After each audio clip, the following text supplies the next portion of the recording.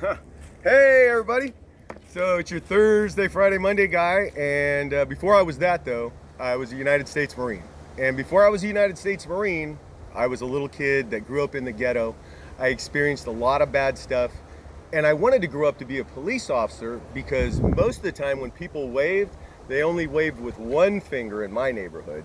So I wanted to grow up and help my community. I did that. So for 25 years, I did global and civic law enforcement, and I was an instructor and trainer the last part of my career. I trained all over the world, locally and globally, all over the world. So I know what I'm talking about when I say what I'm looking at right now is a violation of Section 242, Title 18. My civil rights, my rights under the Constitution were violated, and here's how. When you do a search warrant, it has to be very specific.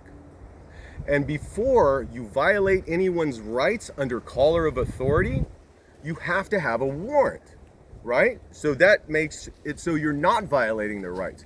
But the warrant has to be valid. And if you know that you've lied or misrepresented something in the warrant, that means you're violating someone's rights willfully against Title 18, Section 242. Okay, so if you're a state's attorney in Florida, or you're a county sheriff, and if you're Rick Staley specifically, and your deputies have been violating Section 18, or Title 18, Section 242, okay, under collar of authority, that's color, C-O-L-O-R, collar of authority, okay, if your deputies have been doing this, then you're in trouble too. All right, that means that all the search warrants that you've been doing for the past 6-7 years are all invalid if you're close enough on the search warrant. We're not a close enough thing when it comes to the Constitution. You're violating someone's rights. I didn't commit a crime, and the search warrant on my house wasn't for me. And for the person it was on, he didn't commit a crime either. He just refused to make a statement, so he was arrested for contempt of cop. He was the victim in a strong arm robbery, and then a second accomplice attacked him. A second accomplice attacked him, and they called him victim too. He's not a victim. When you attack someone to defend someone in the commission of a crime, you become an accomplice. That's how it works. And then when you serve a search warrant, if you don't have all the facts correct, and then you misrepresent something on the search warrant, and it's pointed out to you, and you continue with that search warrant, you violated someone's rights under Title 18, Section 242. Under collar of authority, C-O-L-O-R, collar of authority, you violated my rights. You violated the other Marines' rights too.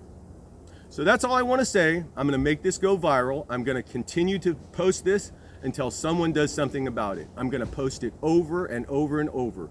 Sheriff Rick Staley violated my civil rights by violating Title 18, Section 242. His deputy willfully and knowingly continued with a search warrant, even though it was pointed out to her that the information on the search warrant was incorrect. That's how people die.